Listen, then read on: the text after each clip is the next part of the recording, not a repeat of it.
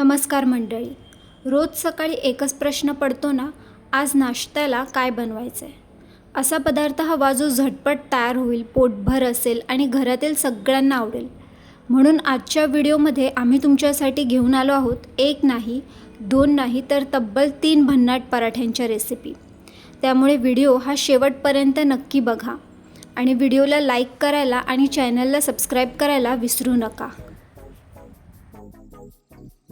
तर सर्वप्रथम आपण येथे कोबी पराठा करणार आहोत. तर त्यासाठी येथे कच्चा कोबी घेतलेला आहे, बारीक चिरून घेतलेला आहे आणि थोडासाच घेतलेला आहे. आता कोबीमध्ये आपल्याला मीठ घालायचं आहे आणि 10 ते 15 मिनटं आपल्याला असंच ठेवायचं आहे, ज्यामुळे कोबीतील जे अतिरिक्त पाणी आहे ते बाहेर येतं आणि पाणी काढल्यामुळे सारण ओलं होत नाही आणि पराठा लाटताना फुटत नाही. मीठ लावून काही वेळाने पाणी सुटल्यानंतर कोबी हाताने किंवा स्वच्छ कापडाने आपल्याला दाबून पाणी काढून घ्यायचं आहे. या स्टेपमुळे पराठा मऊ आणि व्यवस्थित तयार होतो, कारण ओलावा कमी झालेला असतो. तसेच भाजताना पराठा खुसखुशीत तयार होतो, आतून कच्चासुद्धा राहत नाही. तर येथे हिरव्या मिरच्या, लसूण आणि जिरे याला वाटून पेस्ट तयार करून घेतली होती. तर आपल्याला जितकं तिखट आवडतं तितकं आपण या कोबीमध्ये ॲड करून घ्यायचं. त्यानंतर आपल्याला लाल तिखट, थोडीशी हळद आणि धन पावडर आणि चवीनुसार मीठ घालून आपल्याला हे जे मिश्रण आहे ते छानसं मिक्स करून घ्यायचं आहे. आता आपण पराठा लाटायला सुरुवात करूया. त्यासाठी कणकेचा मध्यम आकाराचा गोळा घ्या आणि छोटी पुरी लाटून घ्या. त्यात मध्ये तयार केलेले कोबीचे सारण ठेवा. कडा एकत्र आणून सारण पूर्णपणे बंद करा आणि जो गोळा तयार होईल तो हलक्या हाताने दाबा. थोडं कोरडं पीठ लावून आपल्याला हलक्या हाताने पराठा लाटून घ्यायचा आहे. जास्त जोर लावू नका, नाहीतर पराठा फुटू शकतो. पराठा लाटून झाल्यावर तो आपल्याला गरम तव्यावर टाकायचा आहे आणि साईडने आपल्याला थोडंसं तूप सोडायचं आहे. पराठा एका बाजूने हलके भाजल्यावर तो आपल्याला पलटून घ्यायचा आहे आणि दोन्ही बाजूला तूप किंवा तेल लावून आपल्याला छान पराठा शेकून घ्यायचा आहे. तर मंडळी, आपला गरमागरम खमंग कोबी पराठा तयार आहे. ही रेसिपी तुम्ही नाश्त्यासाठी किंवा टिफिनसाठी किंवा संध्याकाळच्या हलक्या जेवणासाठी नक्की करून बघा. तुम्हाला ही रेसिपी नक्की आवडेल आणि रेसिपी कशी वाटली ती कमेंटमध्ये नक्की सांगा. आता आपण दुसरा पराठा तयार करणार आहोत, तो म्हणजे अंडा पराठा. तर आता आपल्याला अंडं फोडून घ्यायचं आहे. त्यात आपल्याला बारीक चिरलेला कांदा आणि हिरव्या मिरच्या ॲड करायच्या आहेत. यात तुम्हाला आवडेल तसं तुम्ही धने पावडर, लाल तिखट किंवा चिली फ्लेक्ससुद्धा ॲड करू शकता. आता यात आपल्याला चवीनुसार मीठ आणि थोडीशी हळद घालायची आहे आणि अंडं छान फेटून घ्यायचं आहे. आता इथे कणिकचा मध्यम आकाराचा आपल्याला गोळा घ्यायचा आहे आणि चपाती छान आपल्याला लाटून घ्यायची आहे. चपाती लाटून झाल्यावर ती आपल्याला गरम तव्यावर टाकायची आहे आणि छान शेकून घ्यायची आहे. चपाती छान आपली रेडी झाल्यावर आपण जे मिश्रण तयार केलं होतं ते आपल्याला चपातीवर टाकायचं आहे आणि चपातीची दुसरी बाजू जळू नये त्यासाठी आपल्याला लो फ्लेमवरती गॅस ठेवायचा आहे. आता हे जे मिश्रण आहे ते आपल्याला चमच्याने सगळीकडे पसरवून घ्यायचं आहे.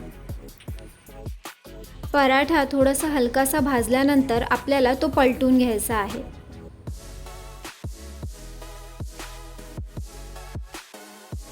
आता आपल्याला पराठ्याला दोन्ही बाजूंना तेल लावून पराठा छान शेकून घ्यायचा आहे. तर इथे आपली ही गरमागरम एक पराठा तयार आहे. यावर तुम्ही थोडंसं चीज घालून चीज एक पराठासुद्धा तयार करू शकता किंवा उरलेल्या ज्या चपात्या असतात त्यावर तुम्ही असं अंडं फेटून तुम्हाला जे आवडेल ते मसाले घालून तुम्ही असा साधा एक पराठासुद्धा तयार करू शकता. तर होती ना ही रेसिपी अगदी सोपी आणि झटपट तयार होणारी. तर तुम्हाला ही रेसिपी कशी वाटली ती कमेंट करून नक्की कळवा आणि ही रेसिपी तुम्ही तुमच्या घरी नक्की ट्राय करून बघा. तर आता इथे आपली थर्ड रेसिपी म्हणजे तिसरा पराठा आपण आता इथे तयार करणार आहोत, म्हणजे आलू पराठा. तर आपण बटाटा अगोदरच उकडून घेतलेला होता, तर आता आपण त्याची साल काढून घ्यायची आहे.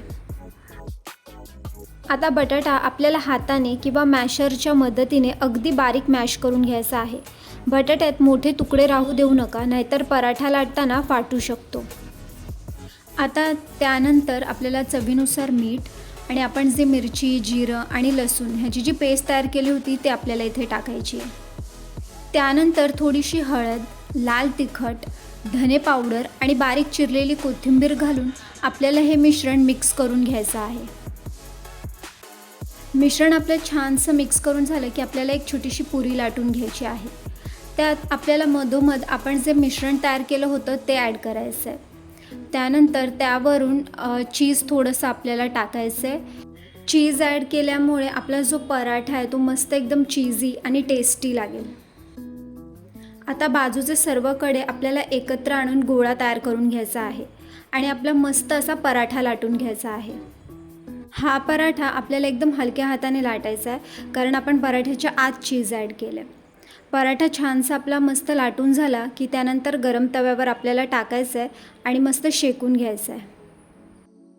आता पराठ्याच्या बाजूने आपल्याला मस्त असं तूप सोडायचं आहे आणि पराठ्याची एक बाजू शेकून झाली की आपल्याला पराठा पलटून घ्यायचा आहे. पराठ्याच्या दोन्ही बाजूला आता आपण छान मस्त असं तूप लावून घेऊया म्हणजे आपला पराठा आणखीन टेस्टी लागेल. तर येथे आपला जो आलू चीज पराठा आहे तो मस्त रेडी झालेला आहे, मस्त शेकून झालेला आहे. तर आता आपण एका प्लेटमध्ये हा पराठा काढून घेऊया.